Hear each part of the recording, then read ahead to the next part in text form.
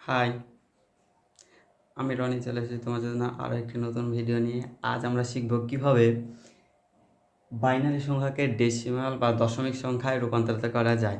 So বন্ধুরা, decimal সংখ্যায় রূপান্তর করার আগে তুমি যদি আমার চ্যানেলে নতুন হয়ে থাকো তাহলে চ্যানেলটিকে সাবস্ক্রাইব করো আর পাশে থাকা বেল আইকনটি অন করে দাও। ঠিক আছে বন্ধুরা, তাহলে শুরু করা যাক কীভাবে বাইনারিকে ডেসিমাল বা দশমিক সংখ্যায় রূপান্তর করা যায়। তো বন্ধুরা, এখানে তোমরা একটি বাইনারি সংখ্যা দেখতে পাচ্ছ 101011 এটাকে আমরা কি করব, ডেসিমাল সংখ্যায় রূপান্তর করব। ঠিক আছে বন্ধুরা, তাহলে বাইনারিকে ডেসিমাল সংখ্যায় রূপান্তর করার নিয়ম হচ্ছে, আগে তোমরা খেয়াল রাখবে এখানে বাইনারির বেজ কত। বাইনারির বেজ 2 আর ডেসিমালের বেজ হচ্ছে 10। ঠিক আছে, তো তোমরা যখন ডেসিমালে রূপান্তর করবা তখন বাইনারি যে সংখ্যাগুলো আছে সেগুলো প্রথমে লিখবে। তাহলে প্রথমে আছে আমার 1।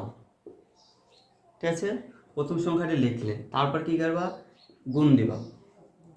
তারপর এখানে তোমার বাইনারি থেকে ডেসিমালে রূপান্তর করছো না, তুমি যে সংখ্যা থেকে ডেসিমালে নিয়ে যাবা তুমি সেইটার বেজ এখানে নিয়ে আসবা। তুমি যদি বাইনারি থেকে নিয়ে যাচ্ছ তাই বাইনারির বেজ এখানে 2 লিখবা। যদি ওয়াক্টাল সংখ্যায় নিয়ে যেতে তাহলে এখানে ওয়াক্টাল থেকে নিয়ে গেলে 8 লিখতাম। তারপরে যদি তুমি হেক্সাডেসিমাল থেকে নিয়ে যেতে ডেসিমাল সংখ্যায় তাহলে তুমি সেখানে 16 লিখতে। তো ঠিক আছে, আমরা অক্টাল এবং হেক্সাডেসিমাল পরে শিখবো, আজ আমরা বাইনারি শিখি। তাহলে এখানে 1 × 2। তারপর কী করবা, এখানে তোমরা দেখবে এখানে কয়টি সংখ্যা আছে। ঠিক আছে, তাহলে এখানে আমরা দেখতে পাচ্ছি সংখ্যা আছে 1 2 3 4 5 6টা। তাহলে দশমিকের আগে আছে 6টা আর দশমিকের পরে আছে 5টা। হ্যাঁ, তো এখানে আমাদের কোনো টেনশন নাই। তো এখানে আমরা 1 × 2 লিখলাম। তারপরে এবার আমরা খেয়াল করবো আমরা এই 1 এখানে লিখেছি, 1-এর পরে এবং দশমিকের আগে কয়টি সংখ্যা আছে। আরেকবার 1-এর পরে এবং দশমিকের আগে কয়টি সংখ্যা আছে। তো দেখো এই 1-এর পরে আমার সংখ্যা আছে 1 2 3 4 5। সো আমরা এই 2 এর উপর পাওয়ার 5 দিয়ে দেবো। ঠিক আছে, তারপর সেম কাজ এবার যোগ দেব। তাহলে আমরা এই সংখ্যাটি এখানে লিখলাম। তারপরে কত আছে 0, তাহলে আমরা এখানে 0 লিখলাম। তারপর কি করব, ইন্টু বেজ দেব 2। তারপর কি করব, আমরা দেখব আমরা এই 0 লিখেছি, এই 0-র পরে কয়টি সংখ্যা আছে। তো 0-র পরে দেখছি আমরা 4টি সংখ্যা আছে, তাহলে এর উপর পাওয়ার 4। তারপর আবার যোগ, তারপরে এবার আমরা এই 1 লিখব। তাহলে 1 × 2 পাওয়ার কত লিখব, তাহলে 2 পাওয়ার 1 2 3টি সংখ্যা আছে। তাহলে এই সংখ্যার পরে আমরা দেখছি 3টি সংখ্যা আছে, তাহলে 2 পাওয়ার 3। তারপরে প্লাস কি করব, এবার 0 আছে, 0 × 2 পাওয়ার কত লিখব, এরপরে 2টি সংখ্যা আছে তা হচ্ছে 2 পাওয়ার 2 প্লাস কি করব, এবার 1 আছে, 1 × 2 পাওয়ার এই 1-এর পর কয়টি সংখ্যা আছে, একটি, তাহলে 1। তারপর আমরা এই 1 লিখব প্লাস 1 × 2 পাওয়ার এই 1-এর পরে আর দশমিকের আগে কি আর কোনো সংখ্যা আছে, যেহেতু কোনো সংখ্যা নাই তাহলে আমরা ধরলাম 0। ঠিক আছে বন্ধুরা, তাহলে দশমিকের আগের সংখ্যাকে কিভাবে ডেসিমাল সংখ্যায় রূপান্তর করা যায় আশা করি তোমরা বুঝে গেছো, একদম সিম্পল। তারপরে এবার আমরা কি করব, এবার আমরা দশমিকের পরের অংশ করব। তো দশমিকের আগের ক্ষেত্রে কি করেছিলাম, জয়টি সংখ্যা আছে 2-এর উপর পাওয়ার তত দিয়েছিলাম, কিন্তু দশমের ক্ষেত্রে আমরা তা করব না। আমরা কি করব, আমরা এর পরে দশমিকের জন্য একটা প্লাস দিব।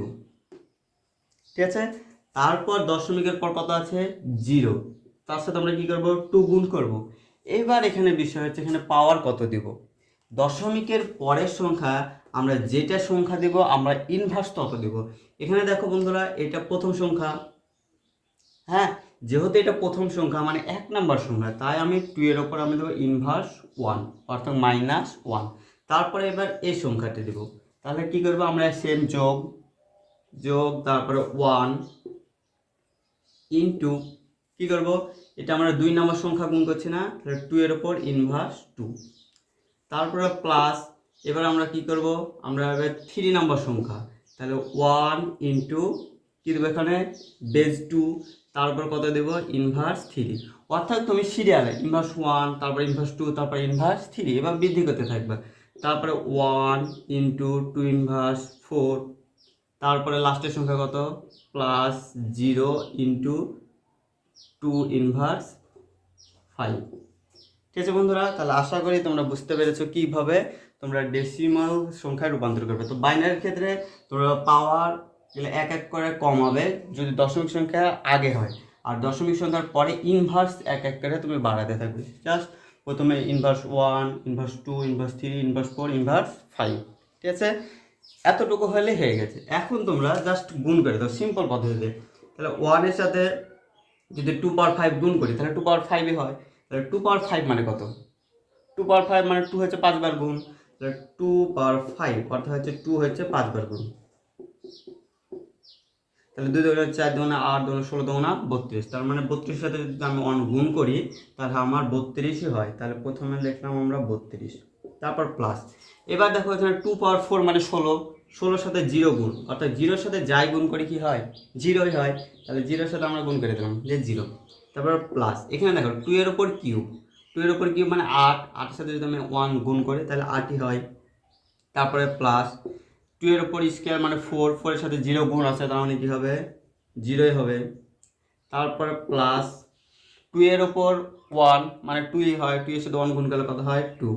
তারপরে প্লাস।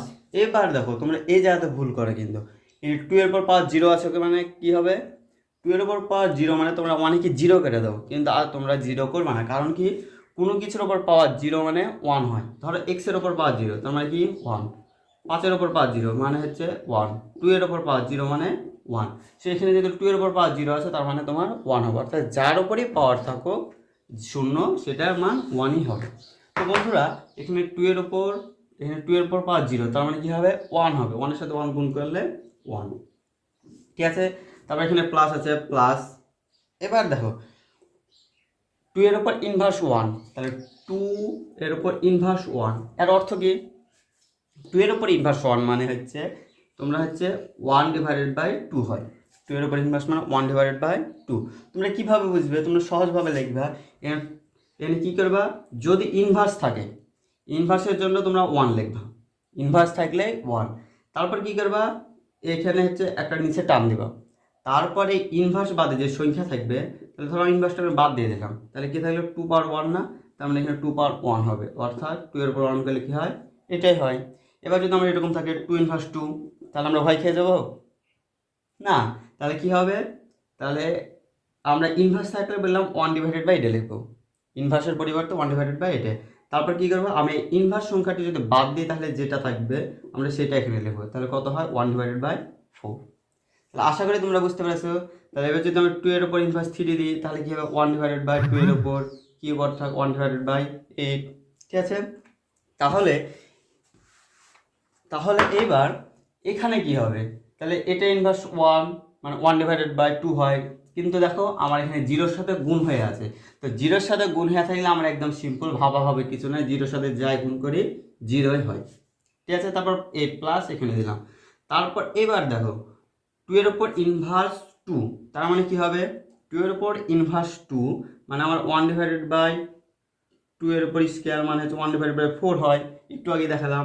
তাহলে 2-এর উপর ইনভার্স 2 মানে 1/4, তার সাথে যদি আমি গুণ করি তাহলে 1/4ই হয়। তোমরা ক্যালকুলেটার ইউজ করতে পারো, কোনো টেনশন নাই। তারপরে এটা হলো, এবার এটা তাহলে একইভাবে প্লাস, এই প্লাস এখানে দিলাম। 2-এর উপর ইনভার্স 3 মানে 1/8, 1/8-এর সাথে যদি গুণ করি 1 তাহলে 1/8ই হয়। তারপরে প্লাস। এবার দেখো এখানে যদি আমি 2-এর উপর ইনভার্স 4 করি তাহলে কি হয়, 1/16। তারপরে প্লাস একইভাবে 0-এর সাথে যাই গুণ করি 0ই হয়। ঠিক আছে বন্ধুরা, তাহলে আশা করি তোমরা বুঝে গেছে কীভাবে ডেসিমাল সংখ্যা রূপান্তর করা যাবে বাইনারি থেকে। হ্যাঁ, এখন জাস্ট যোগ বিয়োগ করলে হয়ে গেলো। তাহলে 32 আর 8 হচ্ছে 40, 42 আর 1 হচ্ছে 43। তারপর প্লাস। এখন দেখো বন্ধুরা তোমরা এটা ক্যালকুলেটারে করতে পারো। এটা মানে কি 1/4 টিপ্পা, 1/8 টিপ্পা, 1/16 টিপ্পা দিয়ে যোগ বিয়োগ করে দিলে যা হবে তাই।